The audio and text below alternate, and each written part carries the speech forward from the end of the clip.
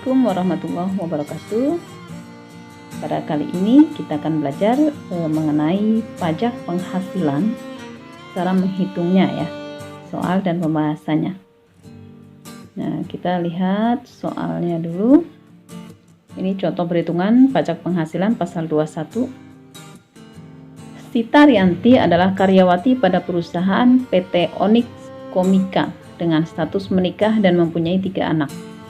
Suami Sita merupakan pegawai negeri sipil di Kementerian Komunikasi dan Informatika. Sita menerima gaji 6 juta per bulan. PT Onyx Komika mengikuti program pensiun dan BPJS Kesehatan.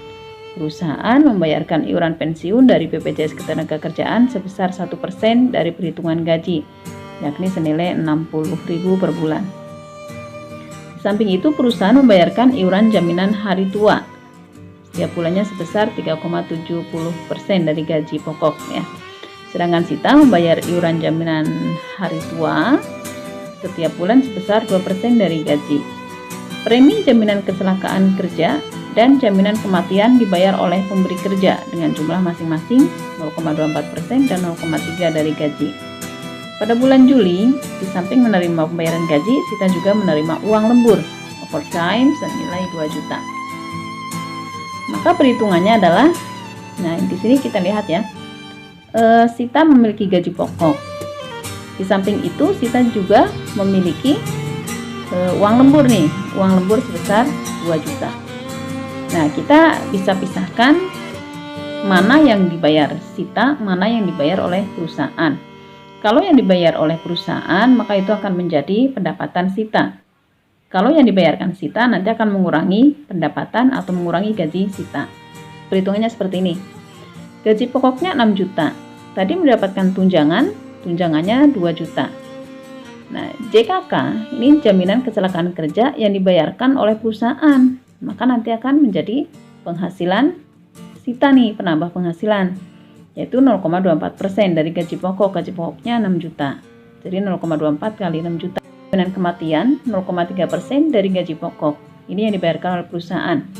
Jadi 0,3% kali 6 juta sama dengan 18.000 ya.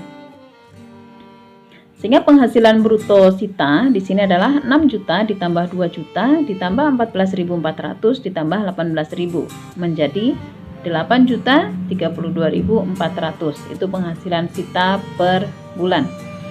Nah, penghasilan Sita ini akan dikurangi oleh apa saja? Tadi biaya jabatan itu besarnya 5%. Dari mana ini 5%-nya? Dari penghasilan bruto. Jadi 5% kali 8.032.400 sama dengan 401.620. Kemudian iuran jaminan hari tua.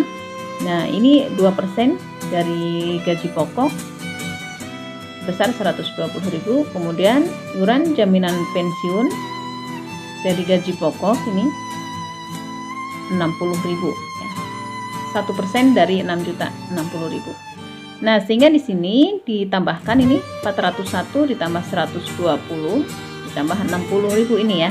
Menjadi 581.620. Nah, kemudian penghasilan bruto yang 8.032.400 dikurangi dengan 581.620. Sehingga penghasilan neto bersihnya sebulan 7.450.780. Itu penghasilan sebulan. Jika dibuat dalam 1 tahun, maka tinggal dikalikan dengan 12.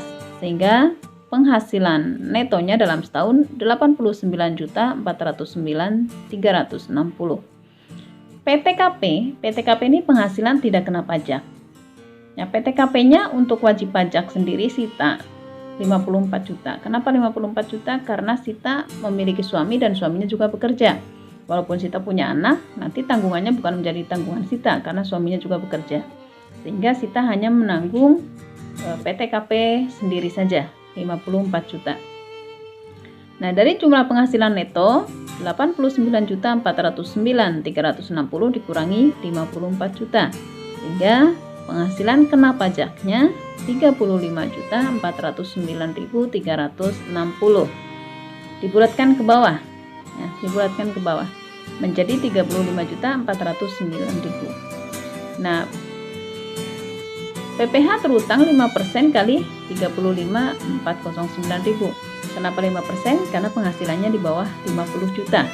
Ya, tadi kan lapisannya 5% kurang dari 50 juta maka 5%. 50 sampai 250 maka 15%. Dan seterusnya sesuai dengan lapisannya.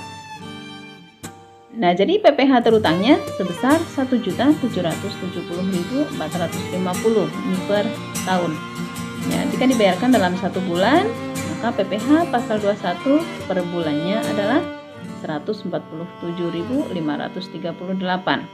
dari 1.770.450 dibagi dengan 12. Oke. Nah, selanjutnya ini latihan soal. Silahkan nanti kalian bisa jawab soal ini. Bentuk soalnya hampir sama dengan yang tadi, cuma di sini Aldini sebagai suami ya. Kalau tadi Sita sebagai istri, dia tidak menanggung PTKP anak, tanggungan, dan suami. Nah, kalau ini posisi Aldi sebagai suami, dia memiliki istri tapi istrinya tidak bekerja dan memiliki tanggungan 3 orang anak. Oke, silakan nanti ini bisa dibuat untuk latihan.